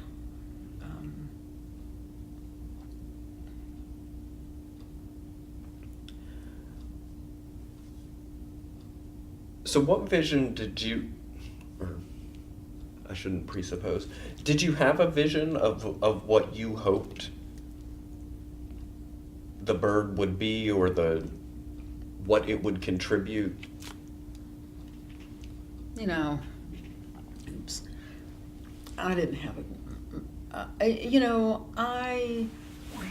my vision was to do good news reporting around on city issues that were kind of alternative, that were not the same pablum that the Journal-Constitution was spitting out. The thing I still say about the Great Speckled Bird was when I was, and there have been other times in my life that I've known a lot about, but when I was reporting for the Great Speckled Bird, the mainstream media in this city, which was mostly just the Journal-Constitution and then the TV, but they really hardly counted. When I knew a lot about an issue, the AJC would either not report it at all, they would report it but miss a big chunk of the story, or they would report it and get it wrong. And here, and I suspect that there's still a lot of that going on, because at other times when I've known a lot about a particular city issue, I would see the same thing happen. And actually, I think the AJC really recently, say in the past 5 years, 2 or 3, 5 years, has really stepped up their game. Not that they're a great alternative newspaper, I'm not saying that, but for a mainline newspaper, I think they're doing a much better job than certainly they did in the time I was reporting for the Great Speckled Bird. And so that was really interesting to watch, their coverage versus when I knew a lot about an issue. So I forgot what the question was. Yeah, just if there was a vision, what you Oh were yeah, hoping I that really the bird think would to do. tell the stories of neighborhoods, of poor people, of issues struggles that were not getting covered, or that were getting covered so poorly, and give a voice to the voiceless for one thing, and then to go after the powerful. Oh yeah, I think that would. Yeah, I'm sorry, I didn't really get there.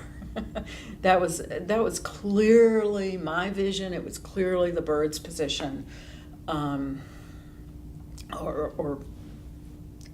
mission, in terms of our local reporting. We felt like we kicked ass. Whether we did or not, I don't know. But we'd get interviews, people would return our calls. We were like regular reporters. They would, stop and talk to us, and they'd take our questions at press conferences. It was pretty cool. Mm-hmm. One time we interviewed, he was then City Council President Marvin Arrington, and in the interview he used the word fuck. And an hour after the interview was over, he calls us up and says, don't print that word. And I said, well, I can't remember if it was me or John that was talking to him. No, actually I think it was me. I said, but you said it was on tape, we've got it, what's the problem? And so I said, no, I think that we're going to print that.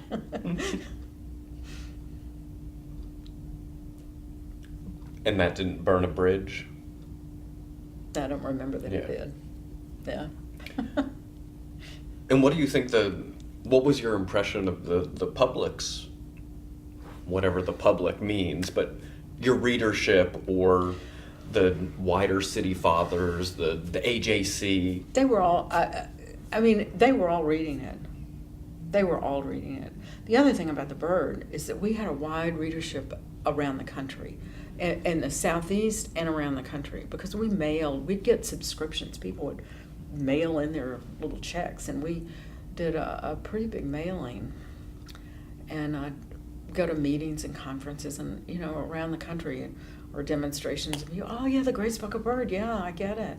Or they'll say, oh, I read it in my high school. We had this system where somebody in their high school would get 10 copies, and then they'd hand it around.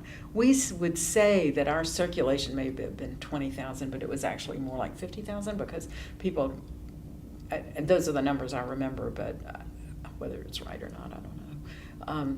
Because people would hand these copies around, much more so than they would the Journal Constitution.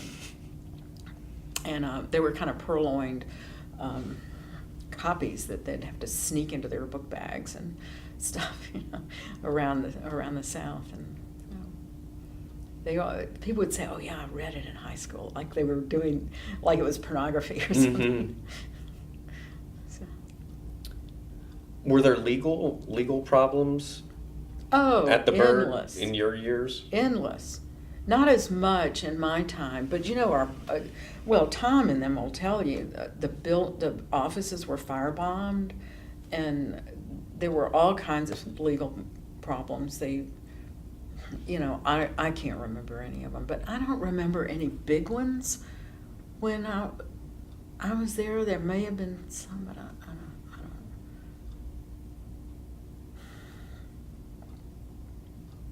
don't. I don't. Well, when we were on Juniper Street, I don't know what happened. I mean, we writ large don't really know what happened, but there was a little sort of a shack back behind the house, the main house that we used for the mailing, to do the mailing. We had this old machine called the addressograph, and it was out there, and it burned, and it was probably arson. And I was still with the Bird when we moved over to an office, like a regular office on Forest Avenue, which has now it's right across from Georgia Baptist Hospital. And whatever that street's name now. Boulevard, or? It's not Boulevard. The side street that goes down. Ralph McGill? Ralph McGill. Yeah. Yeah, it wasn't Ralph McGill, but how quaint that they named it Ralph McGill. And no, I was still with them when we moved over to Ralph McGill.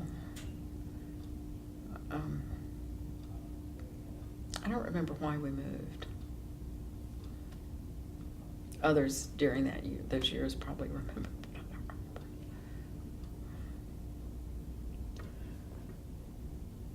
Is there any story or series of stories that sit most with you that you reported on? Or a particular issue? Well, one was, I hadn't been there very long, and there was this issue about the pension fund, the city of Atlanta. What a surprise, it's still an issue. And so I get my little self down there and start plowing through the city budget, and I realize it's such a big mess. At that time I had no accounting background. I didn't know what I was doing. But it was very complicated. Mm-hmm. And there's this general operating budget, and then there's this other budget, and there are reams of paper and all this stuff, and I'm like wading through it all. And I latch onto this thing that this pension fund is not actuarially sound. That's what they were saying. And I said, who cares?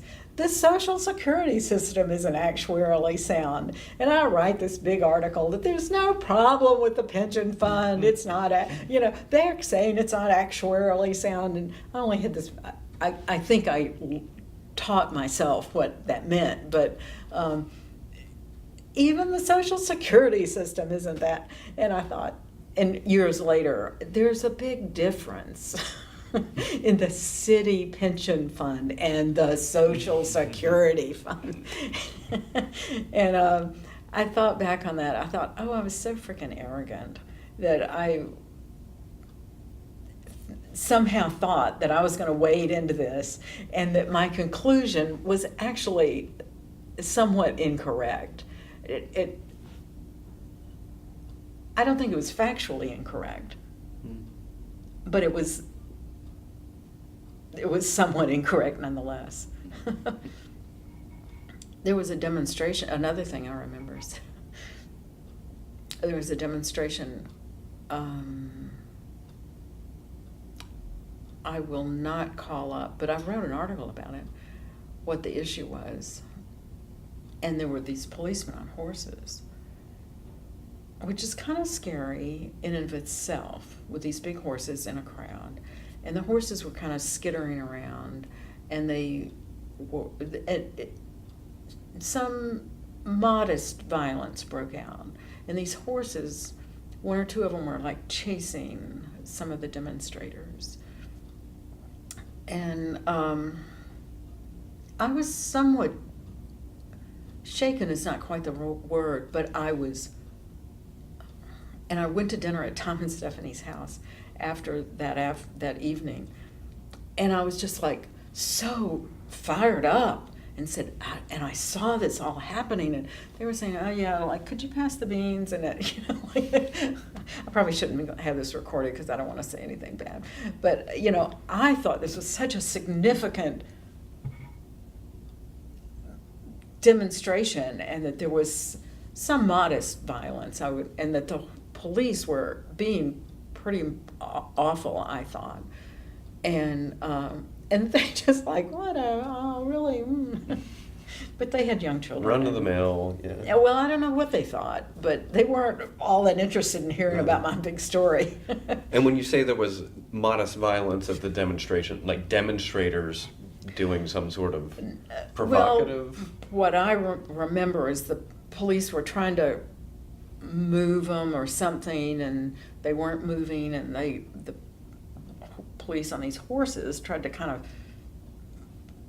chase these protesters, and some of them either fell or semi-jumped off a big wall, and I thought it was kind of a scary thing. It was mostly these big horses in a crowd, and I thought, what are they doing? You know, but.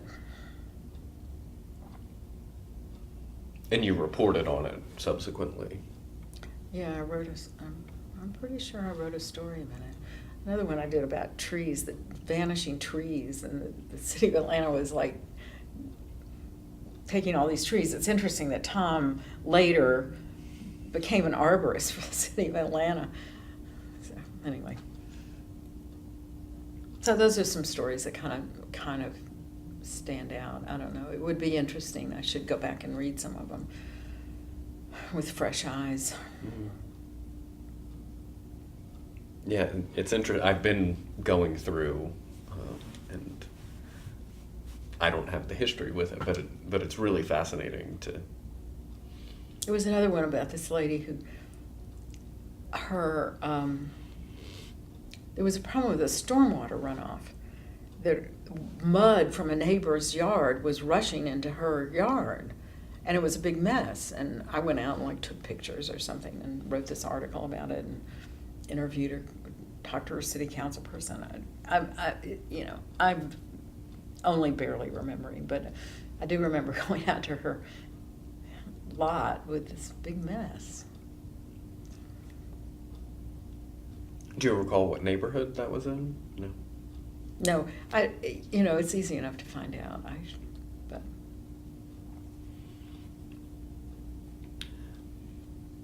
So what were the relationships at the time among the collective members?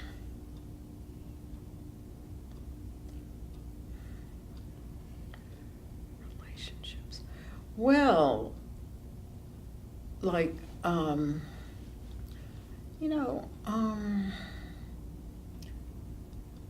well, two of them were involved with each other.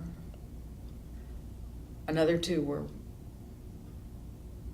I mean, there was a lot of coupling up. Mm-hmm. I'm just not really sure enough. My memory fades.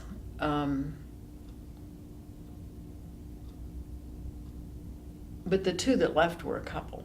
Mm-hmm. And Stephanie Coffin was in the collective, but I don't think Tom was. I think he was Not off at that working a time. job. Yeah.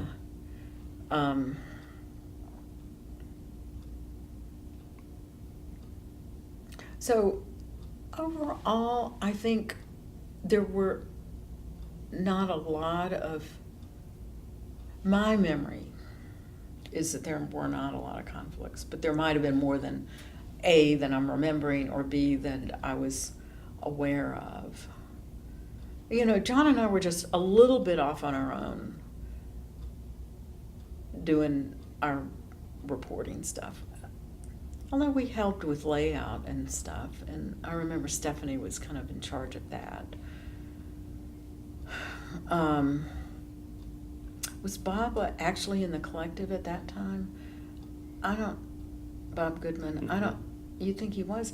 I don't remember. I'd have to go back and listen to his interview. Terry Weber was, and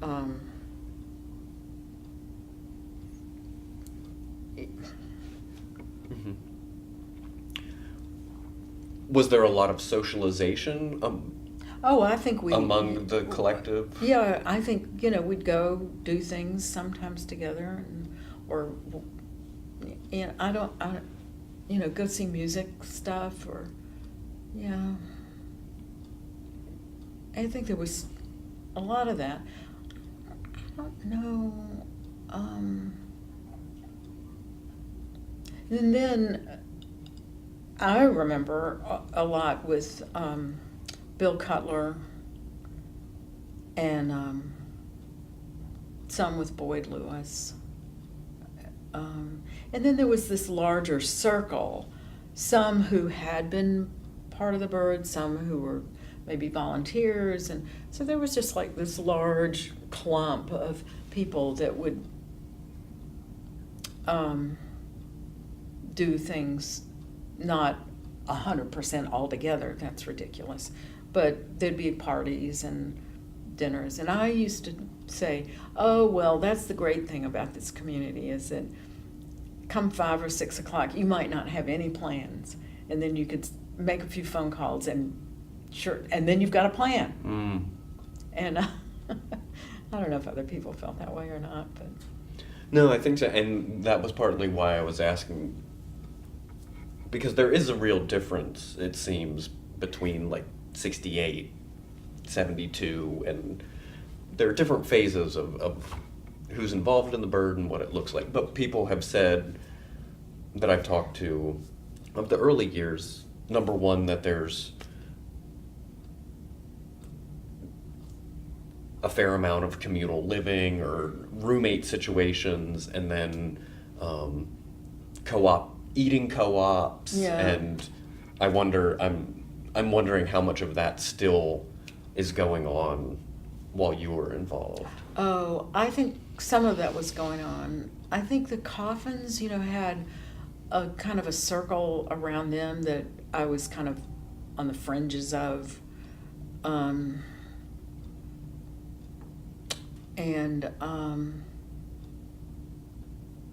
trying to remember what I did after I left my little apartment on Sinclair. But oh, well, I left the Bird is what happened. After a while, the Bird this is taking us down a different road, but That's fine. I really feel like I need to check my phone. Okay. And because I can't quite, I've got a doctor's appointment, but I can't remember if it's 3 or 3:30.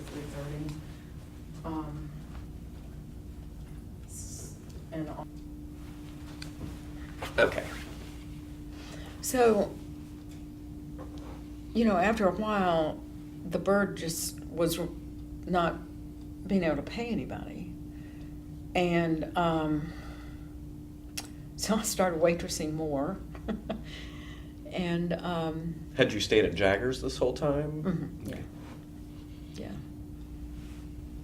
And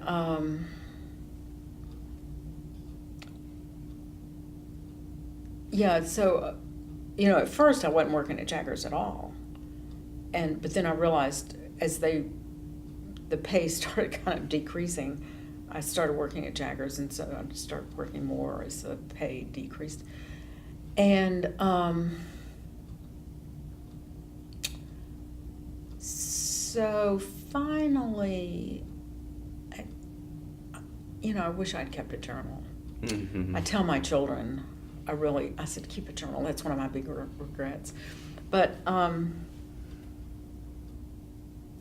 was at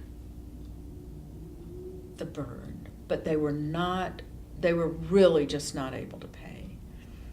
And so I guess I got this opportunity.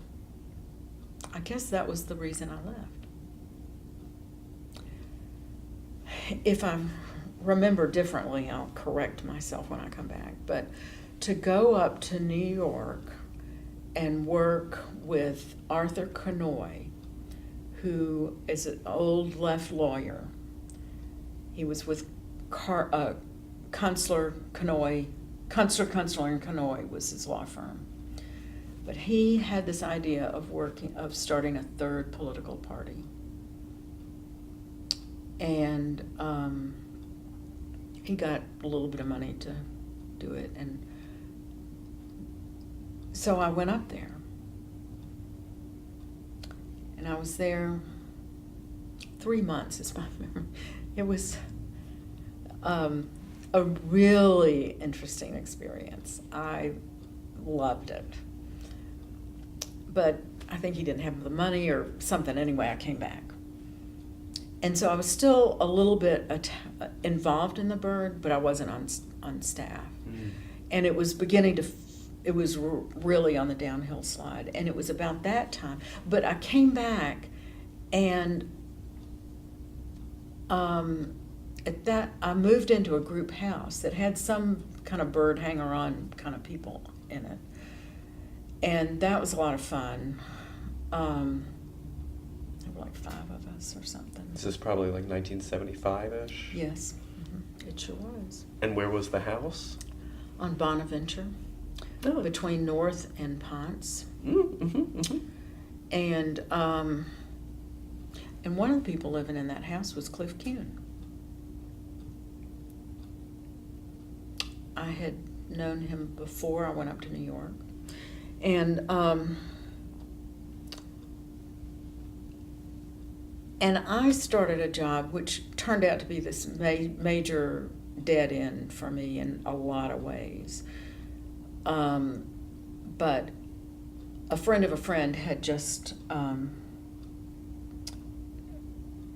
what we ought to do, though, is wrap up with the Great Speckled Bird, is that what happened right around this time is that they were having a big discussion about making it a monthly. Or was it every other week? Well, they moved eventually to a monthly. Mm-hmm. And I said, that is just not the right idea.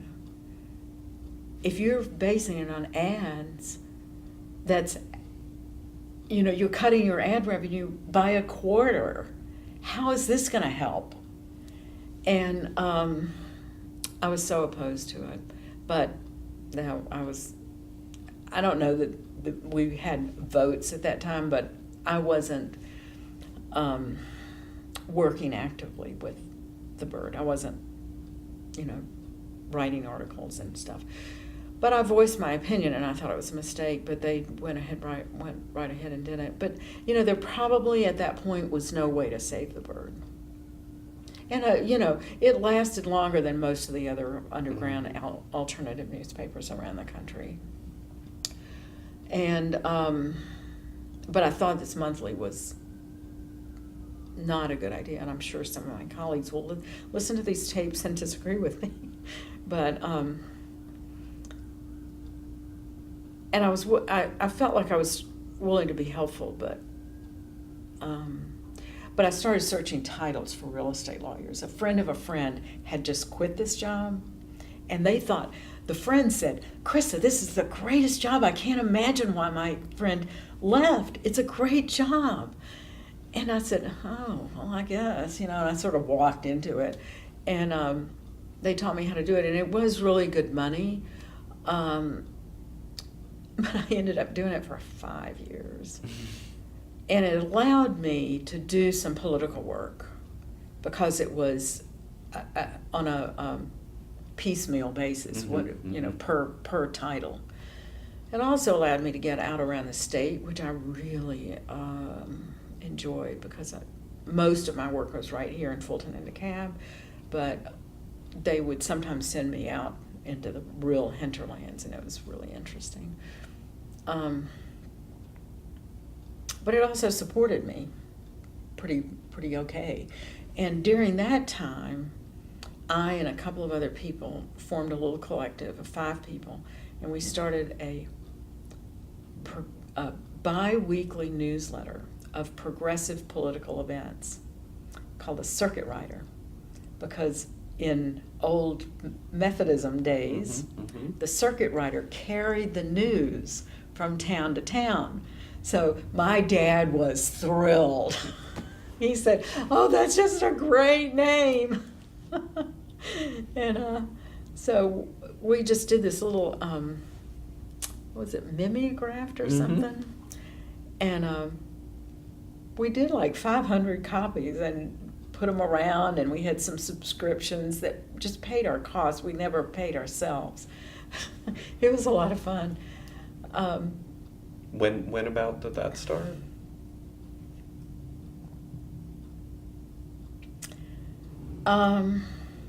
In the late 70s. Okay.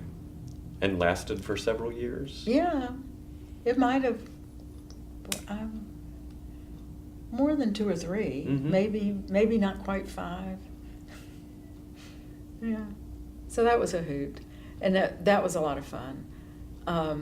And I saw in that a little bit of a thread from the great speckled bird. The bird had totally met its demise by the time when did it die? 76. Oh, yeah, so we probably started up 78, 79. Mm-hmm. Then I got involved with a man and had a baby in 81. And that started me down this wonderful path of parenthood. And that I will tell you about when we get together. And but in a lot of ways, I've kind of kept up with my interest in journalism, and to this day. And it actually, in many ways, it started in high school with the Briarcliff Scroll. But I feel like that's a good place to stop. Great stopping point. Well, thank you, and I look forward to scheduling the follow-up.